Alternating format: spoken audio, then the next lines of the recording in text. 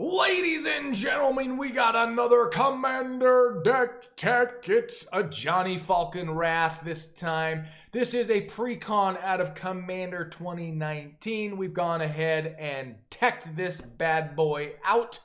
As in all of our techs, we have some packages to go through. Let's go ahead and do this. Subscribe, like, moving on. All right, we got the ramp package, discard, not too much discard going on, graveyard play, some tutoring action, removal, only one shenanigans card this time. The land package, madness, because after all, that's what our commander does, lots and lots of madness stuff. Less madness cards than in the pre-con for surezies. We got a combo here, which is very spicy and tasty. Couple draw pieces, second combo, a few control pieces, and a third combo for your pleasure, for your listening pleasure. I don't know why I always put my hands like this when I'm trying to make it sound epic, epic, epic. Oh man, I am in a mood. All right, so let us do the pre-con upgrade. Anje Falkenrath. Is it Falkenrath or Falkenrath? Whatever. All right, legendary creature vampire. It's got haste. Discard a card, draw a card. Whenever you discard a card, if it has madness, untap Anje Falkenrath. So I must say that when I played this against my play group, it performed relatively well for the actual pre-con itself. I mean, the land base always slows things down with all the tappy lands, but it did all right. But now with the upgrade, it done a lot better. All right, let's do this. Ramp. Let's start with ramp. We can go through this relatively quickly because since it's not the meat of this. Arcane Signet, of course. This was in the pre-con.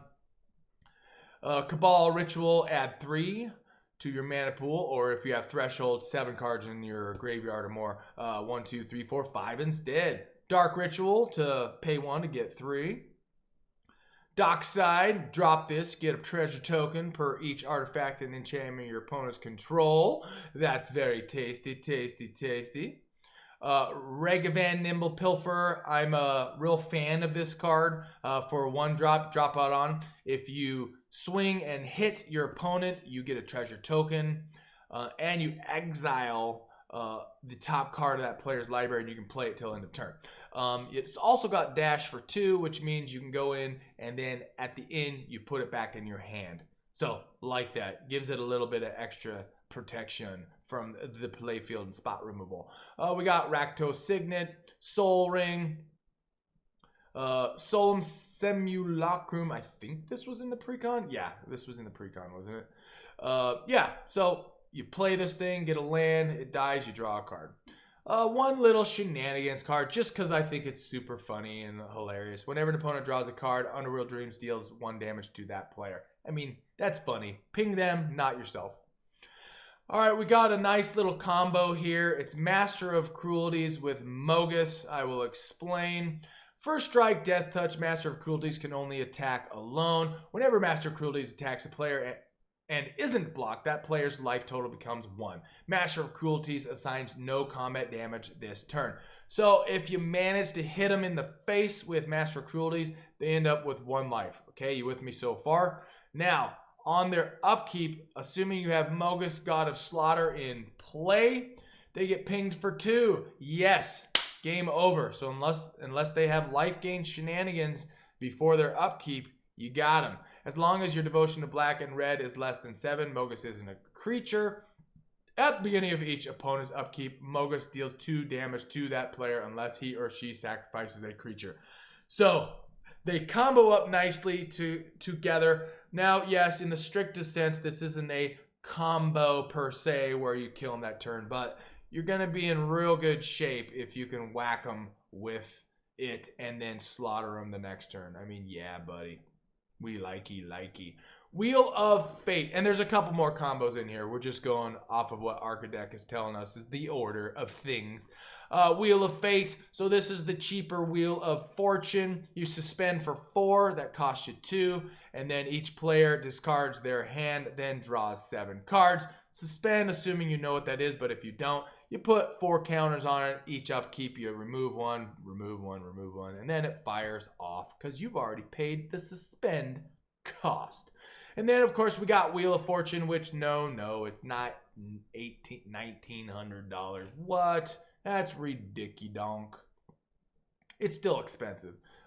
So if you have it, run it. If you don't, put something else in, like Wheel of Misfortune or whatever. All players must discard their hands and draw 7 new cards. If you got Underworld Dreams, this is just a funny little moment that you get to have where they all get pinged for 7. All right, we got combo number deuce, and that is Surrounding Kiki Jiki, and then we have 2 others to make it fire off if so choosing. It's got haste. Create a token that's a copy of target non-legendary creature you control, except it has haste. Sacrifice it at the beginning of the next end step. So either of these 2 fire off with Kiki Jiki. If Combat Celebrant hasn't been exerted this turn, you may exert it as it attacks. When you do, untap all other creatures you control, which would be Kiki Jiki. And after this phase, there is an additional combat phase. So infinite smacky to your facey.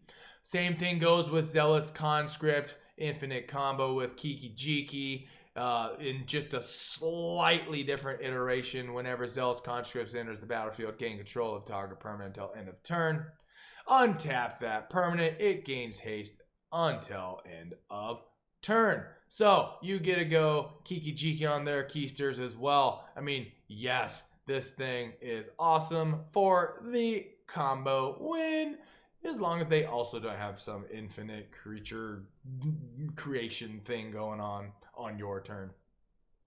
All right, Deflecting Swat. I'm a fan of this card. You'll see it over and over in a lot of our red builds. If you have your commander out, costs you nothing. Otherwise, it's a 3-drop instant. You may choose new targets for target spell or ability. Just a very, very versatile card. Oh, I'm a fan of this card too. You're probably getting more and more familiar with this if you watch multiple episodes of ours. Change the target of target spell with a single target. You lose life equal to that spell's converted mana cost. I kid you not. People are not expecting this card unless they play against you all the time and they know that you prefer Imps Mischief and black decks. It's just not something they're expecting. They're expecting it in blue. They're expecting it sometimes in red. So when you redirect a spell of theirs, they're like, especially if you do something like a Plowshares. I mean, it's humorous. It's humorous. All right, so I tend to run into blue players frequently. So at least when playing against 3 other people. So this one I tend to put in. You can certainly swap this out if your play group just doesn't run blue. Choose one, counter target spell if it's blue, destroy target permanent if it's blue. And if you tend to run more competitively in nature, this one is great. Same thing, exact same card, just called something else. All right, we got another combo. This is super gross for any kind of build you're doing that's in black and red. It is super hilarious. Animate Dead gets comboed up with World Gorger Dragon. This will allow you to do infinite mana if it's just the 2 of them. What happens if you have World Gorger Dragon in the graveyard, you Animate Dead it, and then when it gets on the stack where World Gorger removes all of your permanents, let's actually read through the card. Whenever World Gorger Dragon comes into play, remove all other permanents you control from the game, which includes Animate Dead. When World Gorger Dragon leaves play, because Animate Dead is gone, you return all of those to the owner's control, which means Animate Dead happens again, which means you go grab World Gorger again. Infinite loop. Now, if you have Piranha's Marsh out, that means each time it comes back infinitely, you ping a player for 1 life. So, boom, shalaka-laka. Everybody's dead. Everybody's dead. Dead, dead, dead, dead. Scoop. Yep. Yep. And if you do this song at your play group, make sure you let me know. And I'm going to give you like a special little merit badge. Everybody's dead. Everybody's dead. That would be very funny. I would find that very endearing. Just don't lose friends over it. All right, Chainer was actually in this build, I believe. Oh, we're in discard now. Discard a card. You may cast a creature spell from your graveyard this turn. Activate only once. It's surprisingly a powerful card that costs you less than like $1. Probably because it keeps getting reprinted, and it was in this PreCon. Whenever a non-token creature enters the battlefield under your control, if you didn't cast it from your hand, it gains haste until the next turn. I like it. I like it. I like it. I like it a lot. Liliana, Waker of the Dead. In my opinion, a swappable card. If you don't have it, it's not going to cost you too much to put it in. Each player discards a card. Each opponent who can't loses 3 life. And for its -3, target creature gets -X until end of turn, where X is the number of cards in your graveyard. And if you fire off its ultimate, you get an emblem at the beginning of combat of your turn. Put target creature card from a graveyard onto the battlefield under your control. It gains haste. I mean, that's a lot of stuff you can do. That's a lot. All right, Necrogoyf. Necrogoyf's power is equal to the creature's cards in all graveyards. At the beginning of each player's upkeep, that player discards a card. It's got madness. So, yeah. Although we have it in the discard section. Madness for 3. So, since this is the first time we're talking about madness, except for our actual commander, let's go through this real quick. Madness is 3. So, if you discard a card, you can pay it its madness cost of 3 instead of its hard cost for 5. And it happens at the speed of when you discard the card. So, a sorcery spell, if it gets discarded for its madness cost, in essence, becomes an instant spell. That's how you get around the sorcery stuff. So, to be clear, if you're not familiar with the madness mechanic, it circumvents the sorcery speed. So, in essence, everything becomes instant speed or whenever you discard the card. Okay? Okay. Clear as mud. Olivia, mobilized for war. Whenever another creature enters the battlefield under your control, you may discard a card. If you do, put a 1/1 counter on that creature. It gains haste until end of turn, and it becomes a vampire in addition to its other types. So just another way of us doing the discard mechanic.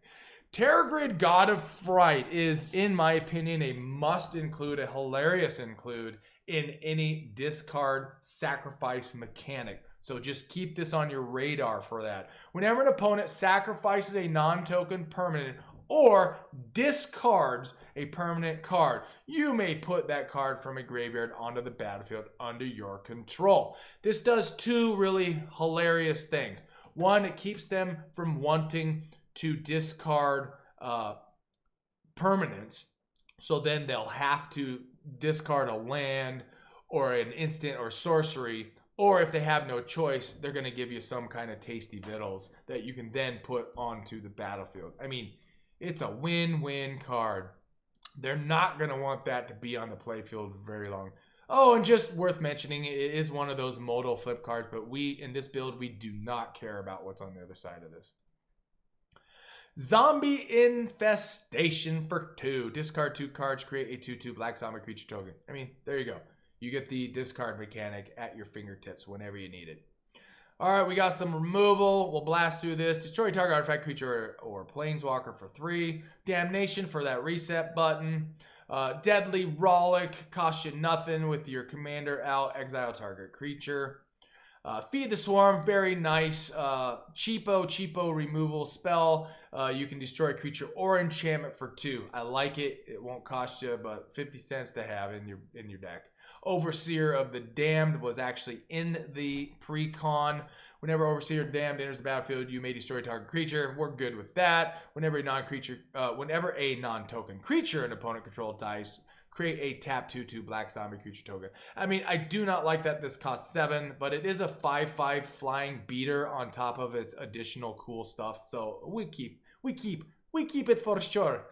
Psychotic Episode, not in the PreCon. Cost you 3 to drop. For its madness, for 2, target player reveals their hand and the top card of their library. You choose a card revealed this way. That player puts the chosen card on the bottom of their library. So nice little way to get rid of something you don't want them playing. And it does have madness. All right, Terminal Agony for 4. It's got madness, cost destroy target creature.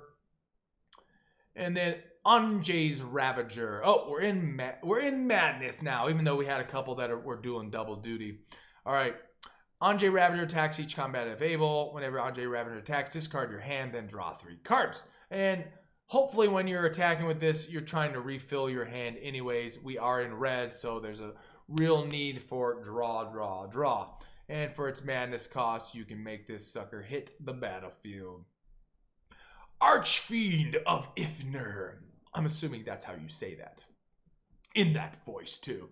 All right, it's a 5/4/5er flyer. Whenever you cycle or discard another card, put a -1 counter on each creature your opponent controls. I mean, this can start getting out of hand for your opponent real quick. I really love this card, and I love the artwork the most. I mean, that artwork is so ominous. Ominous, man. Archfiend of Spite out of the PreCon. Whenever a source opponent control deals damage to Archfiend of Spite, that source control loses that much life unless they sacrifice that many permanents. And it's got madness of 5. So it is a 7-drop, but madness makes it reasonable. And it is a 6/6 beater. So we're okay with that. Asylum Visitor. It's a 2-drop with madness 3/1 at the beginning of each player's upkeep. If that player has no cards in hand, you draw a card and you lose 1 life. Draw mechanic in the form of madness. Avacyn's Judgment for 2, madness X red. Avacyn's Judgment deals 2 damage divided as you choose among any number of targets. If the spell's madness cost was paid, it gets X divided as you choose. I think it's just strong enough to make the cut, but this is a totally swappable card if there's something you like more. Big Game Hunter. I like it that you can madness this thing for 1 black. It destroys a creature with power 4 or greater. I mean, yeah, let's keep that in. Biting Rain for 4, madness 3. All creatures get -2 until end of turn. There aren't a huge amount of madness cards in the stable of cards, so this one made the cut. I like that it just costs 3 to do -2/-2, so that'll help with like any tribal boards going wide mechanics, but also on the fence of a swappable card. Bloodhall Priest, 4-drop with madness 3. When it enters the battlefield or attacks, if you have no cards in hand, it deals 2 damage to any target. We're okay with this. It's a vanilla madness card. Bone Miser for 5. This was in the Commander PreCon. Whenever you discard a land card, add 2. Whenever you discard a non-creature land card, draw a card. Oh, and of course, if you discard a creature card, create a 2/2 black zombie creature token. That is awesome. So you discard that madness card, you get a 2-fer. You get a 2-fer, folks. A 2-fer.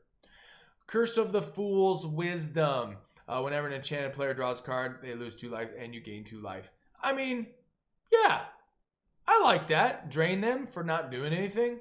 I like it. All right, Dark Withering. It's a 6-drop, but I like that its madness cost is Uno. That's the only reason this is a playable madness card. Destroy target non-black creature, and that's why it stays in. Fiery Temper for 3, madness 1. Also, the only reason it's in here, it's 1 madness cost, deals 3 damage to any target. From Under the Floorboards, most of these were in the PreCon. Madness X, black, create 3 tapped 2/2 black zombie creature tokens, or it's madness of X, you create that many more. If it's instead, create X of those tokens and you gain X life. I mean, yeah, we're cool with that before its madness cost. Otherwise, this is a junker card. Creates a lot of blockers for you or things you can swing with. All right, Gargon Recluse. Madness cost is the only reason it's in here. It's 2 black, 2/4. Whenever it blocks or becomes blocked by a non-black creature, destroy that creature at the end of combat. We're okay with that one in here as well. Grave Scrambler. Madness 2. Whenever Grave Scrambler enters the battlefield, if its madness cost was paid, you may return target creature card from a graveyard to its owner's hand. Yeah, we're okay with grabbing something out of our graveyard. Kitchen Imp. I like this funny little Madness Haster. It's a 4-drop, but Madness 1, Flying Haste. I mean, otherwise it's a vanilla 2/2 for 1. Alright, Muckdrub. Madness 3, also playable because of that. It's got Flash. When it enters, change the target of target spell that targets only a single creature to Muckdrub. I like this mischievous card. Notice what I did there? Mischief, imps, mischievous. Yeah. There you go. There you go. Free of charge. Murderous Compulsion for 2. Destroy target tapped creature for Madness 2. I mean, yeah, we like that. We like that, don't we? Sire of Insanity. 6-drop at the beginning of each end step. Each player discards his or her hand. Technically, that should be in discard. So I'll shove that in the discard section. Strength of Lunacy for 2. Enchant creature gets 2/1 and has protection for white and Madness 1. So in a pinch, this thing is going to work out real nicely and real spicily. All right, this was also in the pre-con. Stormkirk Cultist. Trample. Whenever it deals combat damage to a player, exile the top card of your library. Until end of turn, you may play that. I like that. And you can Madness it for 2. Voldurin Pariah. One of the favorite Madness cards. I like this thing. Sacrifice. Okay. It's 5-drop. 3/3. Flyer. Sacrifice 3 other creatures. Transform Voldurin Pariah. And it's got Madness 3. And if you flip it, you get 3 creatures get sacrificed of your opponent. Yeah, buddy. And then it becomes a 6/5 beater as well. Boom, boom, shalakalaka. That was super silly. Sorry. All right, anger. We got some anger going on. We got a haster. As long as anger's in your graveyard and you have a mountain, all your creatures have haste. Yep. Ricola. Sorry, had to do it. I don't know why, but I had to do it. All right, few graveyard plays to round out this deck. Entomb, search your library for a card, put that card into your graveyard, then shuffle your library so you can get that dragon into your graveyard for the combo. Boom. Animate Dead. Or Reanimate. In a pinch, we can use this to go grab something to animate a creature.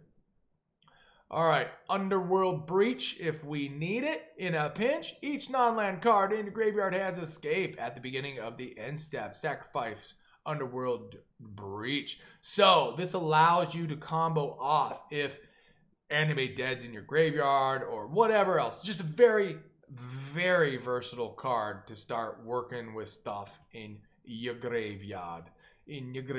Oh, and if you weren't familiar with Escape, don't forget this part. You play it for 2, and then you also can cast that spell, but then you also have to escape it, which means exile that amount. So if it costs you 2 to play it, you got to exile 2 cards. So keep that in mind if you're not super familiar with Underworld Breach, which is like banned in so many formats at the moment. Demonic Tutor, a few tutors. Search your library for a card, put it in your hand. I mean, yeah, we know what Demonic Tutor does, right? Gamble. Yep, you go tutor up a card, and then you have to randomly dump one of those. I don't like it, that part of it, but you know what? It costs you 1 to do that, so you'll be all right. You'll be all right. Opposition agent, if somebody else is tutoring, you flash this onto the battlefield, you take control of their tutor, you get to grab what you want out of their library, put it in exile, and play it at your leisure for the rest of the game. Mana costs are, in essence, colorless for you. You don't have to have this specific mana. Vampiric Tutor, tutor it up, put it on top of your library. Yes, top of your library for 2 life. Wishclaw Talisman. I like this, especially if you have more than one opponent. You play it, and then it gets 3 wish counters. When you tap it, you get to hand it off to somebody else. But you get to go grab that combo, hopefully, is why you're doing that. Or you're handing it off to somebody that's not a threat at the moment. And you could do some politics. Hey, if I give you Wishclaw, I will give you Wishclaw if you give it back to me for the 3rd wish. And you can negotiate stuff like that. As long as you're in playgroups that follow the, the golden rule of playing Commander, you'll get it back. All right, we're gonna blast through this land base, and in all of these episodes, I always say, hey, most versatile swappable stuff. You do not have to be playing the original OG dual lands. No, you don't. Anyways, yeah, we got Badlands in here. I mean, I have them, so I run them. Blightstep pathways. Love the pathways. You choose which side, whether you want the black or the red mana on the... Notice they aren't actual swamps and they aren't actual mountains. So anger would not trigger if this is the land you got for your mountain. Okay, we got the shock lands going on. Command tower. Blah. I mean, you should know what most of these do and what most of these are.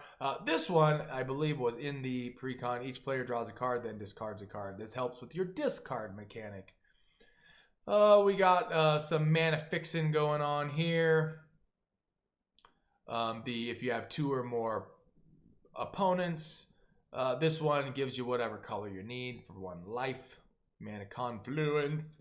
We got some fetch lands going on in here. A good amount of mountains. This was in the pre-con for 3. Each player discards a card. Activate this ability only anytime you can cast a sorcery. This one is if you have 2 or more players, comes in untapped. Pain land. A good amount of swamps, 10 of them. Tainted Peak. This is the one where if you play this ability only if you control a swamp. Yeah. And that's it. And I believe we left that one in because it came with the pre-con. I could be wrong on that. Don't hold me to that one. All right, and that is full circle for Anje Falkenrath. You will have very much fun with the Falkenrath. I'm just assuming this vampire is German. For German reasons, I don't know. Anyways, is it me or can everybody do Arnold? Everyone can do Arnold swords, nigga. I don't know why. All right, thanks for tuning in. Check out our other episodes. Rock on with this pre-con. Boom, shalaka-laka, woot, woot, woot. All right, thanks for checking us out. Boom, laters.